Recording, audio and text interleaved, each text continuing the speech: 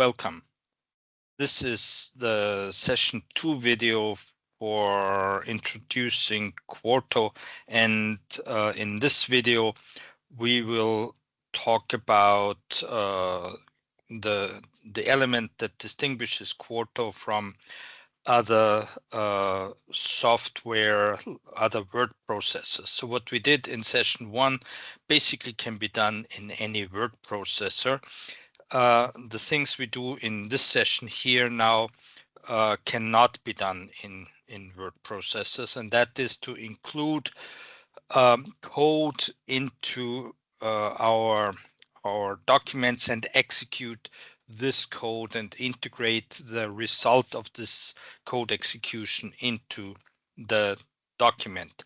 In the previous video, I've strongly suggested that instead of typing in tables into your Quarto document, and instead of creating graphs in some other software and integrating them as image files, you should create these elements in with code in R, and then introduce that into your Quarto document.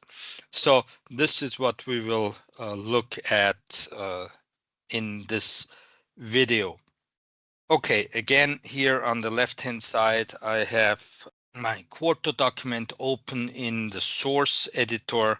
So this, everything you see here is just text. And on the right-hand side, you see the rendered result of this document on the left-hand side. Everything you see here, we talked about in the first video. The one thing that's new here is this part, and this is a so-called R code chunk. Every code chunk starts with 3 backtick characters, and then in curly braces an indicator for the software that should be used to interpret the content of the code chunk. In our case, this is R, so we will use R as a programming language. You could also use Python. There are other languages like Julia available, and probably more in the future, but we will concentrate only on R. The whole code chunk ends with another set of 3 backticks. So in RStudio, what you can do here is you can just type in this text. So type in 3 backticks, curly braces, R, and then another set of 3 backticks, and then type your R code here for your code chunk. Alternatively, what you can do is you can use this button here. Click on that, and then it will give you a list of available programming languages, basically, that you can choose from. And if you select R here, then RStudio will enter this start and end code for your code chunk. Now within this code chunk, what we see here is we see 1 plus 2. And when you look here on the right-hand side, you see that this code, this R code is shown here with this gray background, and underneath it you see the result. So 1 plus 2 is 3, as we see here. There are some important things that you should understand in order to use R code chunks or code chunks in Quarto efficiently.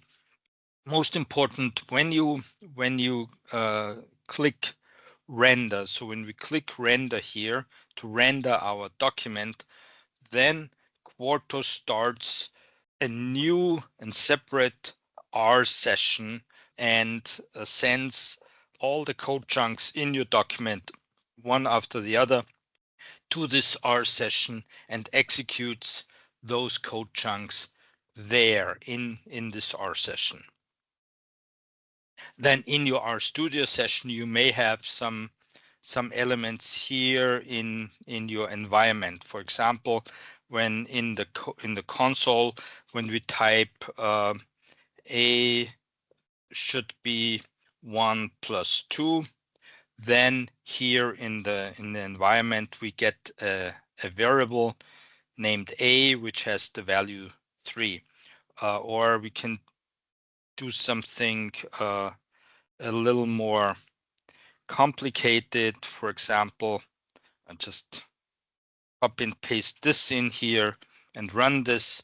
And now here I have in my environment, I have 3 additional variables, 1 character vector and 2 numeric vectors. And I've combined them here into a data frame with 4 observations and 3 variables. So we have some more complicated structures here. But when you render your document, since Quarto starts a new R session, you do not have access to these data that you may have created earlier in your R session. In the same direction, you also do not have access to any packages that you loaded in your RStudio session. You have to do this in your Quarto document in a separate code chunk. On the other hand, all the code chunks are executed in the sequence in which they appear in your document in the separate R session. So your code chunks, your code in the code chunks that has access to a separate environment that is created for your rendering. So to give you a small example here, you see a code chunk like the one I just used, which says add the numbers 1 and 2 and store the result in a variable called a. And in the next code chunk here, I say, now take the value in the variable a and square it. Since we assign the result of this first operation here to a variable, we do not get any output here. We could get it, but not in this form here. But since in the second step, we just do this computation, we will get an output. So when we scroll down here, you see that in this code chunk here, there's no output. There was just this operation done, or this computation done. In the second code chunk down here, you see that we do have output. We do get the number 9. So 3 squared is 9. So this is important to understand when you work with RStudio and Quarto and render Quarto documents. You have to keep in mind that as soon as you render, things start from a new and blank R session. Rendering your document is not the only way to run your code. It would be quite difficult if you could only execute your code by rendering your R document, because then you would probably have to write a lot of control code and render your document many times, correct errors, and so on and so on. You can also run your code interactively in RStudio. Let's look at that. So here in our Quarto document, in this code chunk, we add, as I said before, 1 and 2 and store this in a variable a. Here on the right-hand side of our code chunk area, we have 2 important buttons. This button here, run current chunk, will run just this code chunk, but not in a separate R session as with rendering, but within the R session of your RStudio. So when we click on this, then now this code chunk has executed, and we see that now we have a variable a with the value of 3 in our environment. Now when we go to the next code chunk where we use this variable and click this button here, then you see the variable value is used here in the computation, and underneath we get the result, which is 9, as we saw it before in our document. The other button that we have here, this one, says run all chunks above. So when we click this, let me just clean this out again here so that you see what's happening. When I click this, then all the code chunks above are executed, and you see now we again have this variable in our environment. Here with clear output, you can remove this output. So when I run all the code chunks above here, I don't get any output because this code chunk has not been executed, but I can then click on this one and get the output. That's one way of running your code chunks. The other way of running your code chunks is here in this run button. When you click this triangle here, you see you have run current chunk, run all chunks above here, but you can also run all chunks below and other options. And one which is particularly useful is this one, which says run all. So when you click this, now in this R session in our studio, okay, this is not what we want. This is just a small error message we had here. Since we ran all the codes here, all the code chunks, now we see the results of all our executions here in the document. So when we scroll down here, we see you see everything we will do in the next couple of minutes. And you also see here in the environment all the intermediate data frames, objects, lists, and variables that have been created. So this interactive execution option is a great way to check code chunk after code chunk whether it works and whether it produces the right result. Well, you may have asked yourself, when I run code in code chunks, are there any limits I have to observe? The answer is generally no. There are only some elements, some functions in R, like file.choose, which allows you to choose a file from your directory interactively in R, which of course will not work properly in a PDF file. So in a book, it's difficult to click on some tool and choose a file from your computer. With the exception of these things, everything else will work in your Quarto document. There may be some limits because of disk size, memory size, but they apply in the same way to your R code when you run it in RStudio or when you run it as a standalone operation. Some code may take a while to execute, but that's also the same when you run this outside of Quarto. So actually, you can choose the full power of R. You can choose all available packages in R, and so on in your Quarto documents.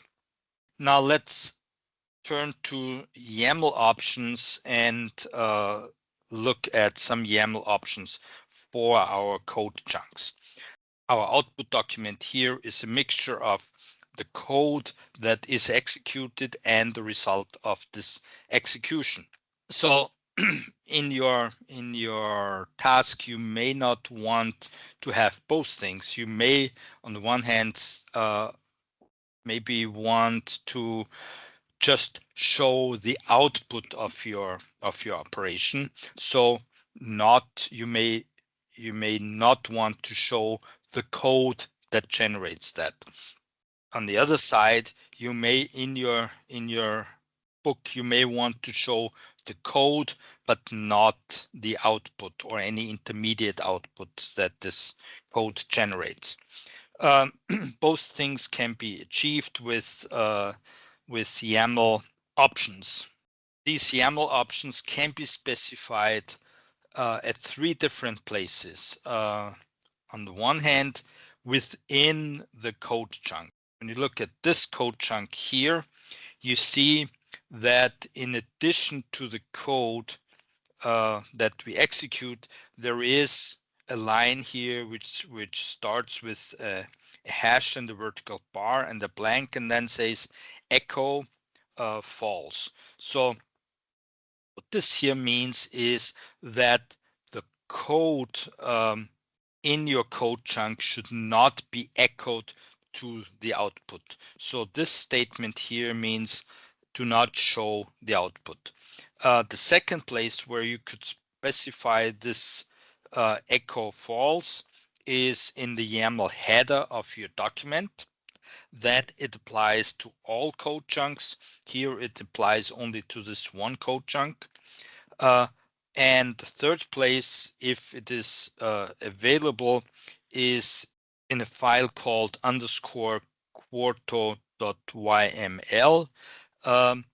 If it exists, it does not exist in all types of output, but in a book project, for example, there will be this file _quarto.yml, and in this file you can set a code chunk value that then applies to your whole book project.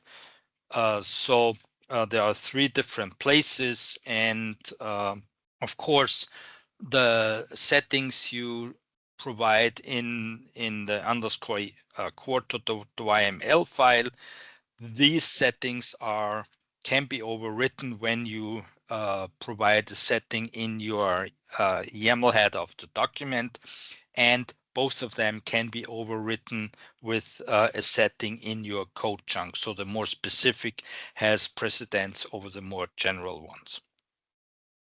So when we go down here and see what we get here, you see here that I've set echo to false for both of the code chunks that contain the same code as that we had before. And now here you see there is no code shown, only the result of the execution. In the same way, we could set output to false, as you see here. And in that case, only the code would be shown, but not the output.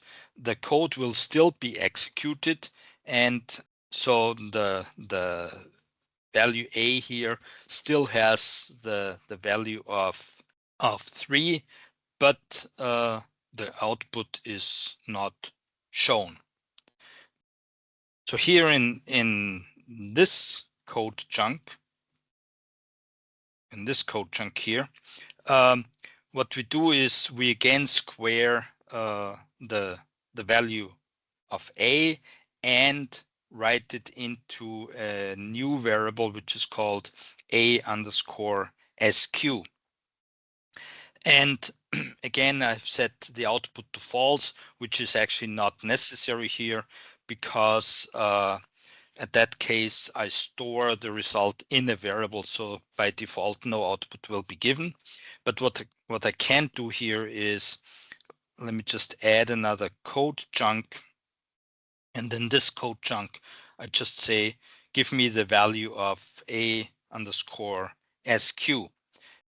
Now, when I render, I see here in my result the output of this variable. So although the output has not been sent to the document here, it's the computations have still been done, and I can access this. Another way of accessing this output is so-called inline R code, and this is what you see down here, where I say the result of squaring 1 plus 2 is 9, and this value 9 here is not typed into the text. It comes from this statement here. So here we have one backtick, then R to say here we want to add R code, and then I just say give me the value of the variable a underscore sq, and close the thing with another backtick. So with this statement here, I can access any variable in my R session to insert it into my document. Another option, another YAML option is to say is the option eval, and this eval option that specifies whether the code should be evaluated or not. And so when I set eval to false, then this code here in this code chunk will not be evaluated. And in this case here, that's a good idea, because here I divide by 0, and that would create an error. When we use some YAML options in code chunks, we have to start them with this hash vertical bar blank. The hash just signals to Quarto that what follows is a comment, and the vertical bar means no, it's not just a comment, it is a YAML option. When you put this into the YAML header, then you just type the eval eval colon false. So we could put this into the YAML header as shown here. Actually, output column blank false would also work without the execute, but this is the more proper way of doing this. There are many more YAML options, and we just touched a few of them, and only a few of those that you can use with code chunks. We'll see a few more in the next section. Full information about these YAML options is in the Quarto documentation on the quarto.org homepage. Now let's turn to tables and figures, and those that are generated from code chunks. And in the previous session, I strongly recommended that you use code chunks to generate tables and figures for your publication whenever this is possible. The main reasons for that is, on the one hand, the option to create consistently looking formatting, and on the other hand, the support that we can provide if you do it in this case. To illustrate this part here, I use some data from a project that I did with my colleague Sabine Sedlacek, and there we looked at articles published in, on the one hand, regional science, on the other hand, real estate economics, and in the respective journals, and we categorized these articles according to the general availability of the data that were used in the article into categories A to D. And one of the results of the study is a small table where on the one hand we have the categories A, B, C, and D, and then we have the number of articles in real estate journals in these categories, and the number of articles in regional science journals in these categories. So in this code chunk here, I just generate a data set, a data frame, as it's called in R, with these data. For that, I define three vectors of data. The first one called category, and it's a vector of the letters A, B, C, and D. So this is a character vector. Then a vector with the numbers 2, 16, 47, and 82, which is this column here. And then a vector with the data for the regional science column here. And then in the last statement, I say create the data frame with the three variables: category, real estate, and regional science, and store this data frame under the name data. So this is what this code chunk does here. And then in the next code chunk, I just say, show me the data frame data. And you see here that, or we see here that we really get the right data. So for the tasks we want to achieve here, we need a couple of R packages. I have installed all these packages in my R, but I need to load them with the library statement. And these are three packages.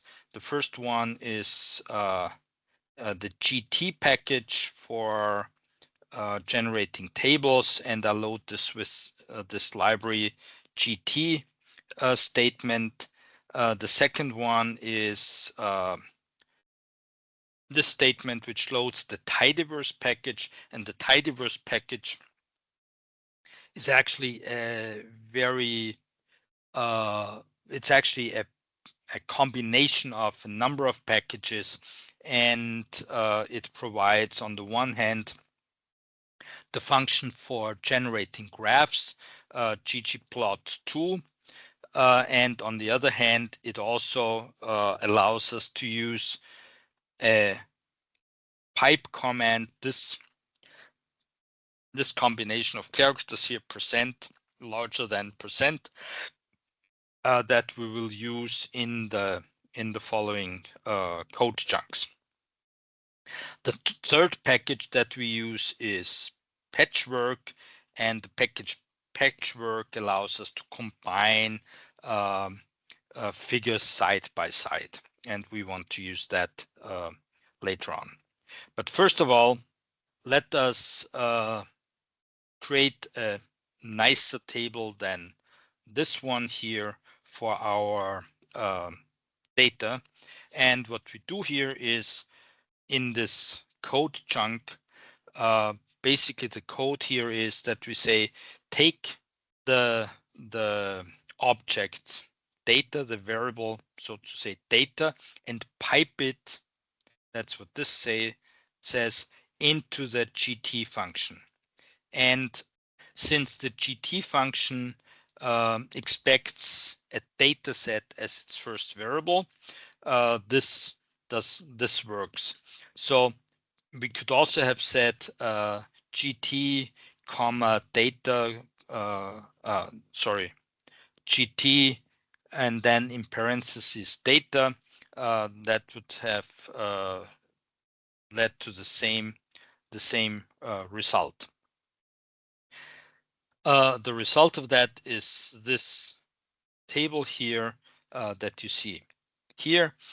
In addition, what we also specified in our code chunk here are these two YAML headers, YAML options. The first one is a label statement, and important here in this label statement is that the value of it starts with TBL and a dash, and that signals to Quarto that the output or the result of this code chunk will be a table. And because of that, it then uses table here and generates a number for that. The second YAML option is the TBL-cap, and that just specifies the caption of this table. So these two YAML options together, they just generate this caption here for this table and the table numbering. This table here looks okay. There are only a few things that we probably may want to change. On the one hand, we may want to have better column names. So the column names here are just the names of the variables in our data frame, but we may probably get rid of these underscore characters and have capital letters at the beginning of our data frames.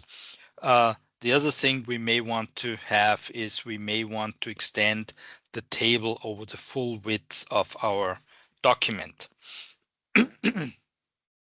So this is what we do in the next code chunk. And here you see that at the beginning, we actually have the same statement as in the previous code chunk. So take the data frame data and pipe it into the GT function. But then we say, take the result of the GT function, so this table here, and pipe that into another function, and this other function is called calls_label, and it allows us to define labels for our columns. And then in parentheses here, we specify the variable name. So our variable category should get the column label category with capital C. Our variable real_estate should get real estate with a blank and 2 capital letters, and so on. So when we do this, then we can change the labels of our the names of our columns.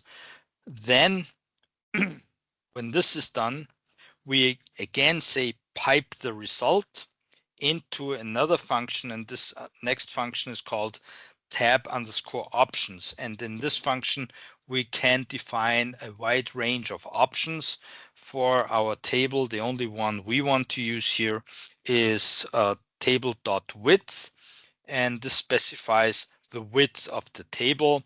And by saying 100 here in the PCT function, we say we want to have it as 100% width. So in this series of function calls, what we generate is now this table. So you see here now the table extends from the left to the right hand side of our document, and we get these nice column names. One other thing we may want to do is we may want to write these column names in bold letters, and also what's not too nice is that our numbers here are right aligned, so we may want to center align them, especially since we also want to add some text spanning above these two columns here, saying something like number of articles. So we want to achieve this here. We want to get to this table. In order to do that, the way to do that is, again, we use what we had before. So all this text is the same as we had before, with one exception. And the one exception is that now in the text for our column labels, we now add these two asterisks before and after the text to indicate bold text as we know it from our previous session. But if we only add this, then we would get here in regular font just asterisk, asterisk, category, asterisk, asterisk. So we have to wrap this, or we have to send this to the MD function for Markdown, so that R now understands that the code in here is Markdown code and to interpret correctly. So we do this for all three of them. You see here MD and the asterisks. Then the result of that, we pipe into again another function, and this function is now calls underscore align, where we align the columns, and we say we want the alignment to be center, and we want this to apply to the columns 2, 2, 3. So this is what 2 column 3 means here. It means apply this to all the columns between column 2 and column 3. So now, as you see here, the category column is still left aligned, but these two columns are now center aligned. After that, we pipe the result again into another function, and this other function is called step. It's called tab spanner, and tab spanner adds some text spanning a number of columns. And here we say the label we want to use for that, like the column labels here, is number of articles, again in bold, and we want that to apply again to columns 2 to 3. And that then adds this text here on top of these two columns.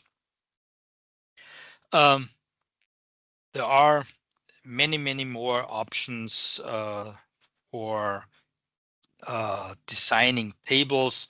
A good source is the book Creating Beautiful Tables in R with GD by Albert Rapp, and it's available at this link. So this is an online table, and all the text is available at your fingertips, just one click away. So let's move to figures. So now we want to generate some figures from our data. And for these figures, we want to use the package ggplot2, and we have loaded this package before in this code chunk above. The package is called ggplot2, but the basic function of ggplot2 is called ggplot. So there is a ggplot statement that we have to use to use ggplot2. The way how we do this is, as you see here in this code chunk. So again, we use our data frame and pipe it into, with this command here, into our ggplot function. So again, this is equivalent to ggplot and then data, comma, and the rest. So it's just added here as the first parameter. What is important in ggplot is that it separates the what's called the aesthetics, which means, okay, what variables do we have on which axis, and what dimension do these axes have, and stuff like that. On the one hand, from the type of graph that is produced, and the type of graph produced is defined by the geoms. And there's actually 53, I think, geom functions available in ggplot2. So what we do here in this structure is, okay, we say take the data frame and pipe it into ggplot2, and in ggplot2 we want to see on the x-axis the category variable, and on the y-axis the real estate variable. If we just run this, then we would just get a canvas with some axes, but then we add a plus character here, and in the new line say, now we want to use the geom underscore call function, which generates a column graph. The result of this operation is what you see here. So we have our category on the horizontal axis, which was defined here. And on the vertical axis, we have the numbers in the variable real estate. And this was defined here. And the result is this bar chart. So this is the output of this very simple ggplot function call. Again, I use two YAML options here, a label option now with fig dash, and this fig dash indicates to Quarto that it's a figure, and then a fig dash cap, which gives the caption of this figure. And these two together, they just generate the caption of our figure here. This bar chart is not very exciting. There are a couple of things we could do with that. On the one hand, we could use, we would like to have different colors here. And the other thing that we could do is, instead of saying, okay, we have first the bar chart for real estate, and after that the bar chart for regional science, we may want to have them side by side. And to achieve these two things, we use this code chunk here. So our options here are the same as before, just the text has changed a little bit. And when we look into the structure here, where we take the data, pipe it into the ggplot function, we see that now in the aesthetics, we've added fill equal category. And this fill equal category means that the indicator for the category should be used to generate the color of the area of the bars. In the geom call here, we say color equal to black, and what this does is it defines the outline color of the bars, and we define it here as black. So this is how we change our bars here. But then what we also do is, instead of just drawing this bar graph, we save it into a variable B1, and the second one now for regional science. The first one is for the variable real estate. The second one is for the variable regional science. The second one we save in B2, and then we use a structure which is provided by the patchwork package, which says here B1 plus B2, and this basically means just take the result or the graph in B1 and put it next to B2. So B1 on the left, B2 on the right. So when we render this, I don't have to do this now. This is the result that we get. Now we have our two graphs next to each other, and we have the different colors here. And in addition, there's also now a color code, a legend, which gives the code for the categories. A bar chart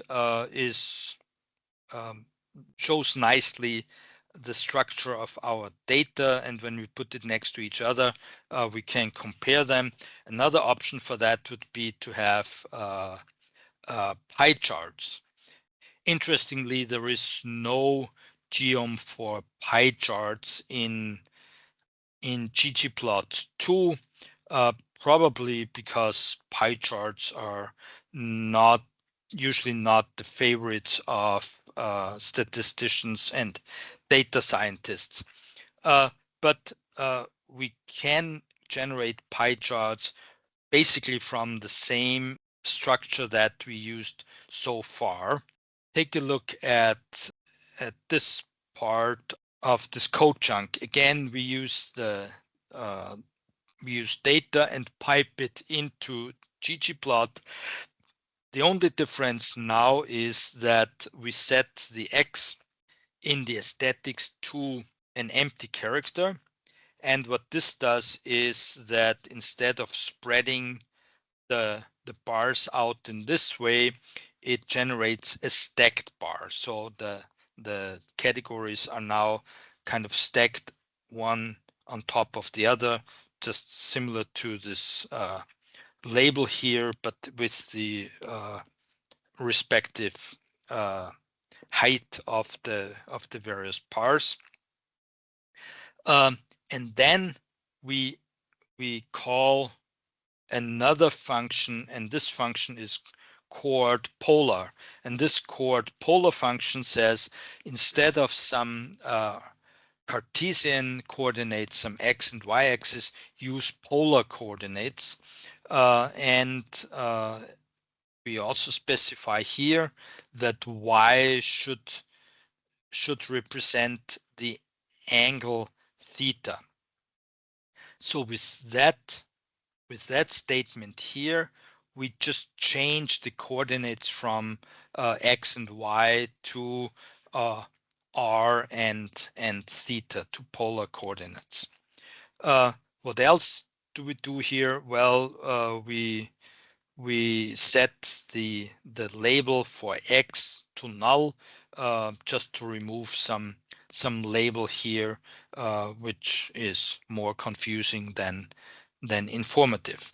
So we again do this for real estate and for regional science here, and regional science here, and then save it now in the variables p1 and p2 for pi, and again put them side by side. So this is how this code chunk generated this pie chart. Another way of displaying the same, displaying information about real estate journals and regional science journals at the same graph would be a scatter plot. So we could, and for a scatter plot, we can go back to pretty much the start of our tour through ggplot. Our aesthetics are again x for x for real estate and y for regional science. And instead of fill, now we have to say color as category, because for the geom point, the color of our dots comes from the color variable. So with this definition of our aesthetics, we say here real estate, here regional science, and when you put something in here, then color it according to category. And to get the scatter plot, we use the geom point function instead of the geom call that we had before. And in order to make our dots here more visible, I just set the size equal to 5. Otherwise, the dot would be very small. So this is what generates this scatter plot. Well, you may or may not like the visual appearance of our graphs here. If you do not like it, then this is not the problem. This is just the default color, the default appearance. Actually, there are over 100 parameters that you can set for your ggplot graphs to change their appearance. You can set things like the size of the labels here, the font for the labels, the style for the labels. You can set it differently for the labels here and for the indicators here on the axis, and so on and so on. You can change the background, you can change the lines here, or remove the lines, whatever. Fortunately, you don't have to change all of or define all of these options. Fortunately, there are so-called themes available. And these themes you can just set in your or use as an additional function. So in this code chunk here, what I do is I use, instead of creating this graph again, I use the graph that I have saved up here as B1. So this was just a bar chart for real estate.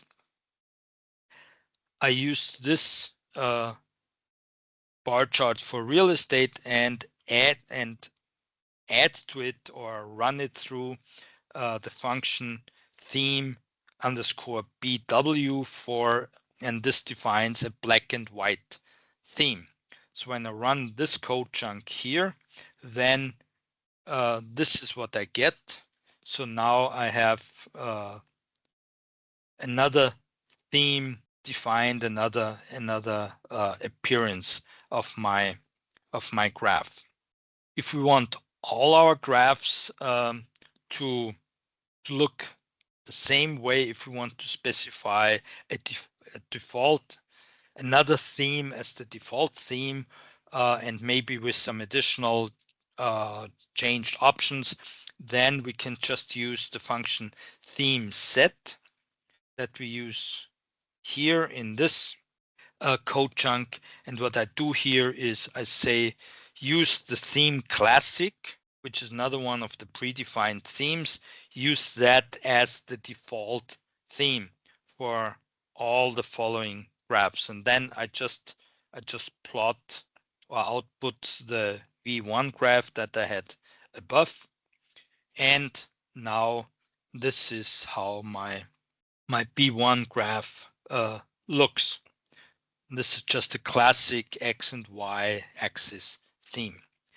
If we want all my graphs to look like that, I can use the same statement here, and I have it prepared here, but I have set eval to false, so this code chunk did not get evaluated. So all I do here is just delete this eval false, maybe also delete the echo false, so that we see that it has actually been used, and re-render. And now all my graphs should be in this classic theme. Let us just scroll up to the beginning of our graphs. And you see here I set the theme to the default theme to theme classic. And you see here this graph here, these graphs here, these graphs here, they all are, and these, they are all are in the theme classic. Here I specify the theme BW, so this is in the BW theme, but here again we are in the theme classic, also we set it here explicitly. Well, again, ggplot2 is a huge topic, and there is actually a great book by Hadley Wickham, the author of ggplot2, and the book is called ggplot2 Elegant Graphics for Data Analysis. And the book is available in printed form from Springer, but it's also available online in electronic form at this link. So if you want to know more details about ggplot2, this is a great reference. Okay, so I hope this will help you generate your tables and graphics for uh, for your real estate briefs contribution, and thank you for watching.